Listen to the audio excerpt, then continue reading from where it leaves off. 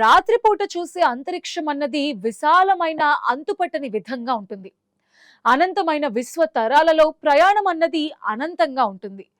విశ్వంలో కాంతి ప్రయాణం అనేది ఇప్పటికీ ఒక అంతు చిక్కని రహస్యం. మనం కంటితో చూసే ప్రతి దృశ్యం కాంతి వల్లనే సాధ్యమవుతుంది. అయితే కాంతికి కూడా ఒక నిర్దిష్టమైన వేగం ఉంటుంది. అది సెకండ్ కి సుమారు 3,00,000 కిలోమీటర్ల వేగంతో ప్రయాణిస్తుంది. ఈ లెక్కన మనం ఇప్పుడు చూస్తున్న సూర్యుడు 8 నిమిషాల క్రితం నాటి రూపం మాత్రమే. అంటే సూర్యుడు ఇప్పుడే ఆరిపోయినా ఆ విషయం మనకు 8 నిమిషాల తర్వాతే తెలుస్తుంది. ఇదే సూత్రాన్ని సుదూర అంతరిక్షానికి అన్వయిస్తే అద్భుతమైన విషయాలు వెలుగులోకి వస్తాయి. భూమికి 66 మిలియన్ కాంతి సంవత్సరాల దూరంలో ఏదైనా గెలాక్సీలో ఏలియన్స్ నివసిస్తూ ఉన్నారని అనుకుందాం. వారు అత్యంత శక్తివంతమైన టెలిస్కోప్ తో భూమి వైపు చూస్తే ఏం కనిపిస్తుందో తెలుసా? వారికి మనం ఇప్పుడున్న ఆధునిక ప్రపంచం ఏమాత్రం కనిపించదు. వారికి భూమి మీద నడుస్తున్న అతి భారీ డైనోసార్స్ కనిపిస్తాయి. దీనికి కారణం ఏమిటంటే 66 మిలియన్ ఏళ్ల క్రితం డైనోసార్స్ భూమిని ఏలుతున్న సమయంలో భూమి మీద పడి పరావర్తనం చెందిన కాంతి కిరణాలు ఇప్పుడిప్పుడే ఆ సుదూర గెలాక్సీని చేరుకుంటున్నాయి. అంటే మనం ఒక గ్రహం నుంచి ఎంత దూరంగా వెళితే ఆ గ్రహం యొక్క అంత పాత చరిత్రని మనం చూడొచ్చు. ఒక రకంగా చెప్పాలంటే కాంతి అనేది ఒక మెమరీ కార్డ్ లాంటిది. అది గతంలో జరిగిన సంఘటనలను తనలో నిక్షిప్తం చేసుకుని విశ్వమంతా ప్రయాణిస్తూనే ఉంటుంది. మనం సరైన దూరంలో ఉండి సరైన పరికరాలతో చూస్తే గతంలో జరిగిన ఏ సంఘటననైనా ప్రత్యక్షంగా చూడటం భౌతిక శాస్త్రం ప్రకారం సాధ్యమే. ఏలియన్స్ నిజంగానే ఉండి ఉంటే వారికి భూమి అంటే డైనోసార్ల గ్రహం మాత్రమే అని అనుకుంటారు.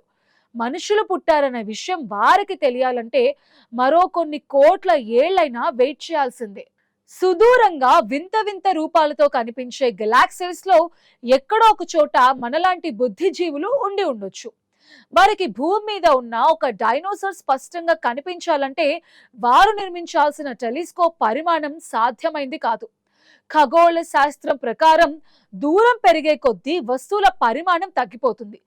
66 మిలియన్ కాంతి సంవత్సరాల దూరం నుంచి చూసినప్పుడు భూమి మీద ఉన్న 10 మీటర్ల టీరెక్స్ డైనోసార్ పరిమాణం 1 డిగ్రీలో ట్రిలియన్ వంతు కంటే తక్కువగా ఉంటుంది. దీన్ని రిజాల్వ్ చేసి చూడాలంటే మన దగ్గర ఉన్న హబుల్ లేదా జేమ్స్ వెబ్ వంటి టెలిస్కోప్స్ ఏమాత్రం సరిపోవు. డైనోసార్ ని ఒక బిందువులా కాకుండా స్పష్టమైన ఆకృతితో చూడాలంటే ఆ టెలిస్కోప్ అద్దం వ్యాసం సుమారు 32 క్వాడ్రిలియన్ మీటర్స్ ఉండాలి. అంటే దాదాపు 3.5 కాంతి సంవత్సరాల వెడల్పు ఉన్న టెలిస్కోప్ అద్దాన్ని తయారు చేయాలి. ఇది మనకి దగ్గరలో ఉన్న ఆల్ఫా సెంటారి నక్షత్రం వరకు విస్తరించి ఉన్నంత పెద్దది. ఇంత భారీ అద్దాన్ని తయారు చేయడానికి కొన్ని కోట్ల భూములకు సరిపడా గాజు లేదా లోహ పదార్థం అవసరం అవుతుంది. అంటే ఒక గెలాక్సీలో ఉన్న గ్రహాలన్నింటినీ నాశనం చేసే వాటిని కరిగించి అద్దాన్ని నిర్మిస్తే తప్ప వారు మన భూమిపై నివసించిన ఒక డైనోసార్ ని క్లియర్ గా చూడటం సాధ్యం కాదు. ఒకవేళ ఏలియన్స్ అంతటి ఆధునిక సాంకేతిక కలిగి ఉంటే తప్ప వారు మన భూమి చరిత్రని లైవ్ లో చూడలేరు. అయితే అద్దాన్ని ఒకే ముక్కగా కాకుండా కొన్ని లక్షల చిన్న చిన్న టెలిస్కోప్స్ ని అంతరిక్షంలో దూరంగా అమర్చి వాటిని ఒక నెట్వర్క్ లాగా అనుసంధానించడం ద్వారా ఈ రిజల్యూషన్ సాధించే అవకాశం ఉంటుంది. దీనినే ఇంటర్ఫెరోమెట్రీ అని పిలుస్తారు. కానీ దీనికి కూడా భారీ స్థాయిలో ఇంధన నిర్మాణ సామగ్రం అవసరం అవుతుంది. అసలు వారు ఆ రకమైన టెక్నాలజీలు కలిగి ఉన్నారా లేక మరేదైనా అని మనకు తెలియని టెక్నాలజీలు వారు కనుగొన్నారా అన్నది మనకు తెలిసే అవకాశమే లేదు. అంతరిక్షంలో కాలం వెనక్కి వెళ్ళడం అనేది కేవలం ఒక దృశ్యానికి సంబంధించిన విషయం మాత్రమే కాదు, అది రేడియో తరంగాలకు కూడా వర్తిస్తుంది. భూమి నుంచి మనం పంపే ప్రతి సిగ్నల్ కాంతి వేగంతో అంతరిక్షంలోకి దూసుకుపోతూనే ఉంటుంది. వందల ఏళ్ల క్రితం మనం ప్రసారం చేసిన మొదటి రేడియో సిగ్నల్స్ ఇప్పుడు 100 కాంతి సంవత్సరాల దూరంలో ఉన్న గ్రహాలకు చేరుతున్నాయి.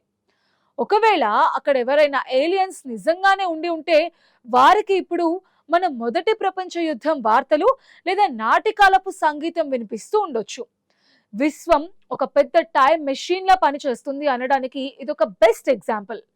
మనం రాత్రిపూట ఆకాశంలో చూసే నక్షత్రాలలో చాలా వరకు ఇప్పటికే అంతమైపోయి ఉండొచ్చు, ఏదైనా ఉండుండొచ్చు. కొన్ని నక్షత్రాలు కొన్ని వేల ఏళ్ల క్రితమే పేలిపోయినా ఆ పేలుడు వల్ల వచ్చిన వెలుగు మనకు చేరడానికి ఇంకా టైం పడుతుంది. మనం చూస్తున్న ఆకాశం వర్తమానం కాదు, అది గతం యొక్క ప్రతిబింబం మాత్రమే. ఈ క్రమంలోనే ఏలియన్స్ కోసం మనం వెతుకుతున్నామా, లేక ఏలియన్స్ మన కోసం వెతుకుతున్నారా అనేది ఎప్పటికీ ఒక మిస్టరీగానే మిగిలిపోతుంది. దూరం అనేది సమాచారానికి ఒక పెద్ద అడ్డంకి అన్నది శాస్త్రవేత్తలు ఎప్పుడో కనుగొన్నారు. ఏలియన్స్ కనుక మనకు సమాధానం పంపాలని అనుకున్నా ఆ మెసేజ్ మనకు చేరడానికి మళ్ళీ కొన్ని కోట్ల ఏళ్లు పడుతుంది. అప్పటికి భూమి మీద మానవ జాతి ఉంటుందా లేదా అన్నది కూడా గ్యారంటీ లేదు. ఈ విశ్వంలో ప్రతిదీ కాంతి వేగంతోనే బంధించబడి ఉంది. మనం ఎంత వేగంగా ప్రయాణించినా కాంతి వేగాన్ని దాటలేం. అందుకే మనం ఎప్పుడూ విశ్వం యొక్క గతాన్ని చూస్తూనే ఉండాల్సి వస్తుంది. నిన్నటి సంఘటనలు ఇక్కడ ముగిసిపోయినా విశ్వంలోని మరో మూలలో అవి ఇప్పుడే మొదలవుతూ ఉండొచ్చు. అంటే ఒక చోటు నుండి మరో చోటకి చేరలేనప్పుడు, కమ్యూనికేట్ చేసుకోలేనప్పుడు ఈ పరిశోధనలకు అర్థం ఏంటన్న ప్రశ్న ఉదయించకుండా ఉండదు. ఈ ఆసక్తికరమైన సైన్స్ చర్చ కేవలం డైనోసార్స్కే పరిమితం కాదు, ఇది మన భవిష్యత్తు అన్వేషణకు దిశానిర్దేశం చేస్తుంది. మానవ మేధస్సు ఇప్పుడు ఇతర నక్షత్ర మండలాల్లో ఉన్న గ్రహాలను చూడడానికి ట్రై చేస్తోంది. 10 కాంతి సంవత్సరాల దూరంలో ఉన్న ఒక భూమి వంటి గ్రహాన్ని స్పష్టంగా చూడాలంటే మనకు కొన్ని వందల కిలోమీటర్ల వెడల్పులో ఉన్న టెలిస్కోప్స్ కావాలి. ప్రస్తుతం అది సాధ్యం కాకపోయినా రాబోయే కొద్ది దశాబ్దాల్లోనే అంతరిక్షంలోనే భారీ టెలిస్కోప్స్ ని నిర్మించే సాంకేతికత మనకు అందుబాటులోకి రావచ్చు, లేదా మరో టెక్నాలజీ ద్వారా అది సాధ్యం కావచ్చు. ఇతర గ్రహాల మీద ఖండాలు ఎలా ఉన్నాయి, అక్కడ సముద్రాలు ఉన్నాయా, పచ్చని అడవులు ఉన్నాయా అనేది మనం కళ్ళారా చూడగలిగే రోజులు ఎంతో దూరంలో లేవని అంటున్నారు పరిశోధకులు. మనిషి తన మేధస్సుతో ప్రకృతి సిద్ధమైన పరిమితులను అధిగమిస్తున్నాడు. ఒకప్పుడు కేవలం భూమి మీద ప్రాణులే ఉన్నాయని భావించిన మనం ఇప్పుడు విశ్వం అంచుల్లో ఉన్న రహస్యాలను వెలికితీస్తున్నాం. డైనోసార్స్ ఒకప్పుడు భూమిని శాసించి ఆస్ట్రాయిడ్ దాడి వల్ల అంతమైపోయాయి. కానీ మనిషి మాత్రం తన సాంకేతికతతో ఆస్ట్రాయిడ్స్ దాడులను కూడా అడ్డుకోగల స్థాయికి ఎదుగుతున్నాడు. మనం డైనోసార్స్ లాగా చరిత్రలో కలిసిపోతామా, లేక సుదూర గ్రహాల మీద ఉన్న ఏలియన్స్ తో సంబంధాలు పెట్టుకుంటామా అనేది మన విజ్ఞానం మీద ఆధారపడి ఉంటుంది. ఏలియన్స్ మనల్ని చూస్తున్నారో లేదో కానీ మనం మాత్రం వారి ఉనికి కోసం నిరంతరం అన్వేషిస్తూనే ఉంటాం. ఆకాశంలో కనిపించే ప్రతి నక్షత్రం మనకు ఏదో ఒక కథని చెబుతూనే ఉంటుంది. ఆ కథలను అర్థం చేసుకోవడమే మన అసలు ఉద్దేశంగా ఉండాలి. విశ్వం ఒక మహా గ్రంథం అయితే మనం అందులో ఒక చిన్న వాక్యం మాత్రమే. ఆ వాక్యాన్ని అర్థవంతంగా మార్చుకోవాల్సిన బాధ్యత మనపైనే ఉంది.